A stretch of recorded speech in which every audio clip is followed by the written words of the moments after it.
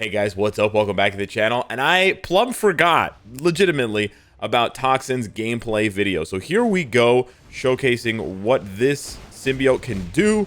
We pop off with the rotation, starting with the Transcended skill here. The base rotation is 3, delayed cancel 4, delayed cancel 5, proc on 5, and he gets some air. He gets his wings, and it looks really, really cool. As you can see here, and you will continue to see, his base movement speed is super fast. So that makes him an excellent option for dodging enemy attacks, dodging the boss's, different things here. He's got nice range on his rotation, so you don't necessarily have to start off close to the boss to engage your proc or whatever.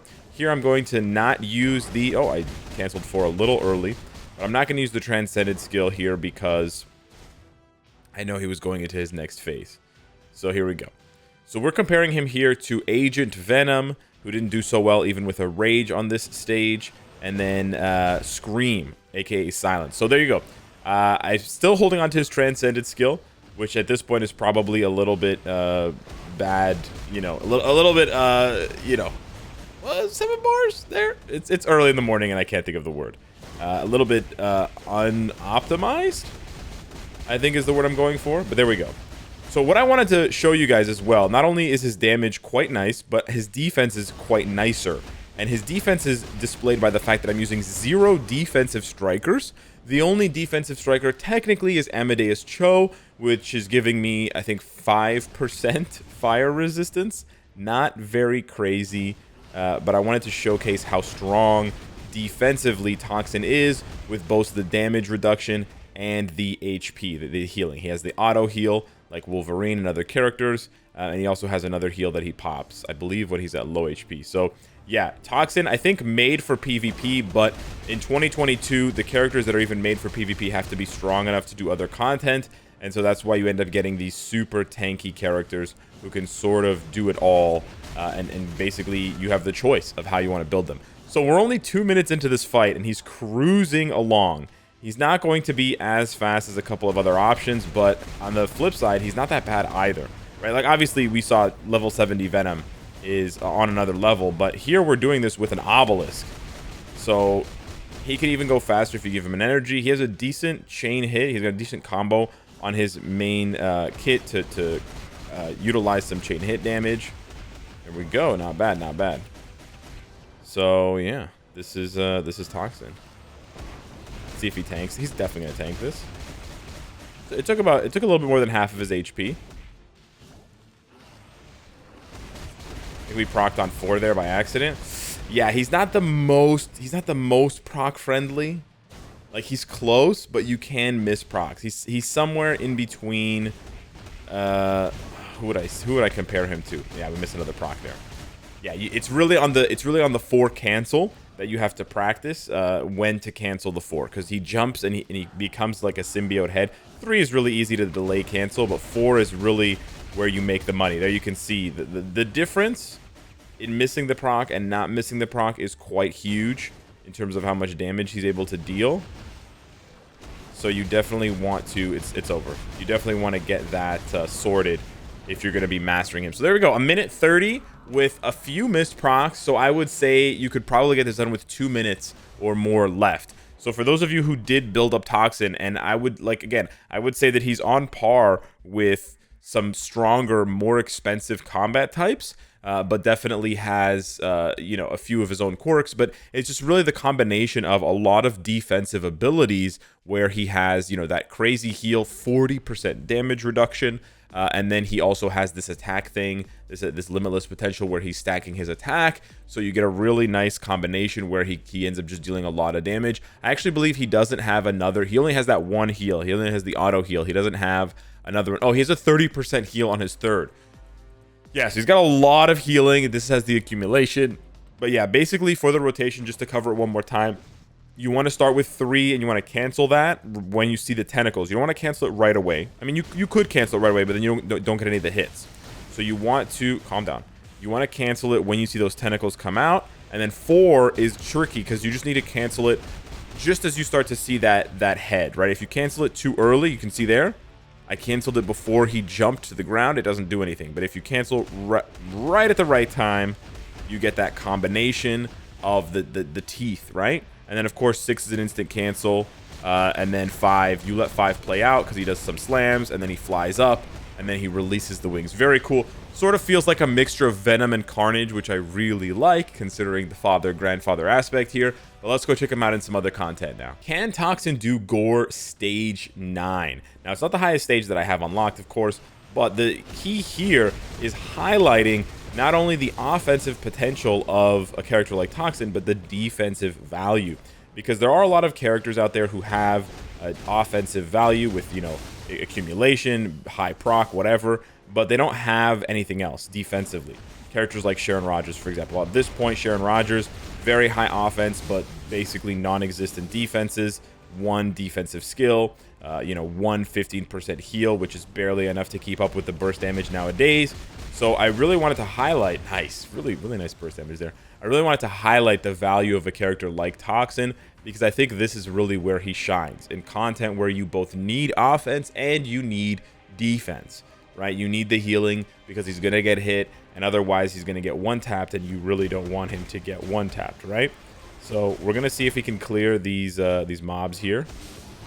This is going to be the challenge. I think AoE is probably his biggest issue. So that's going to be interesting to see what he can do.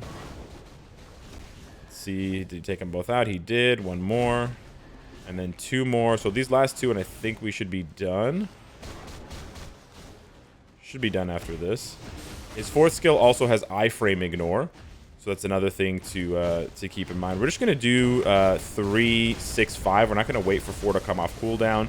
4 obviously adds to the damage, but we wanted to just go ahead and push Gore to the next phase because we knew at 16 bars he was going to do this. So rather than losing the extra 3 or 4 seconds waiting for the 4 to come off cooldown, we sort of just we get there early anyways. And now, as you can see, we only have 4 seconds left on the, or sorry, 11 seconds left. Now 4 seconds on the transcendent skill to pop it again. All right, let's go. Yeah, decent. I would say decent AoE on his main rotation, but if Gore moves, you definitely have the potential to miss some damage. But you can see there defensively, he takes the hits and he keeps on trucking. Super fast movement speed. He also gets through his rotation really fast. That's something that I want to point out. Again, it's not a deal breaker for everybody, but for some players it matters. Doesn't get guard broken. Nice, out of that purple skill. It doesn't take a long time to let off his combo, and that's important because it gives you more time to then move around and reposition if you need to, dodge attacks, etc. This all goes into the, you know, how playable a character is, if they're comfortable to play, if they're fun to play, right, and how you can adapt to the mechanics of the game when it comes to content like World Boss Ultimate, World Boss Legend, Alliance Battle Legend now, and GBR. I mentioned Alliance Battle Legend because a lot of players still don't know. Quick little PSA here. If Surtur hits you during the fight, he will deduct points from your score. So if you are losing points in ABL and you don't know why, that is why. So it is a problem for sure. And so having a character who can move around quickly and reposition and doesn't need the full 5 seconds to take advantage of their proc, that's important, because then it gives them more time. Missed the proc there. It gives them more time, and it gives them, you know, more ability to adjust here. So you can see do that. Not that that was the best way to handle that, but yeah, that's a nice proc. Oh, but in that one, Gore moved out of the way. And you can see here, so hectic, right? But he's staying on.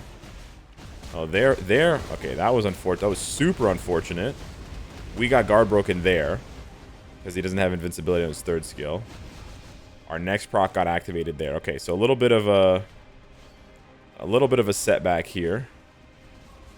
But even with all this damage,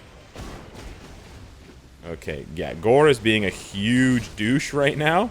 And so he's basically moving out of the way of every single one of my attacks after I engage them. And then my proc is coming in late because it's hitting the mobs. So this is turning into a possibly unwinnable fight here. I got guard broken again. There we go. We finally popped off the proc. You can see the difference between when he procs and when he misses is huge.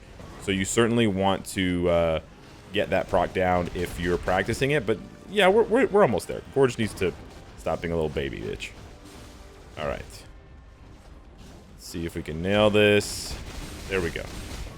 That took way longer than it should have. That last phase turned toxic super fast with Gorge just like zipping around like a jerk off and making it really, and like almost any character would have had an annoying time there. But that does highlight one of the weaknesses of Toxin, which is that although he is proc friendly, he's not the most proc friendly character. You can definitely miss your procs if you don't have good timing on the 4th skill, and his AoE is a little bit weak, right? His AoE definitely leaves something to be desired. So if AoE is your selling point, then Toxin is gonna leave you wanting a little bit more. So yeah, that's the review for the character. Obviously, it's tough these days to recommend characters and be really excited about characters who are not tier 4 because that's the newest biggest thing.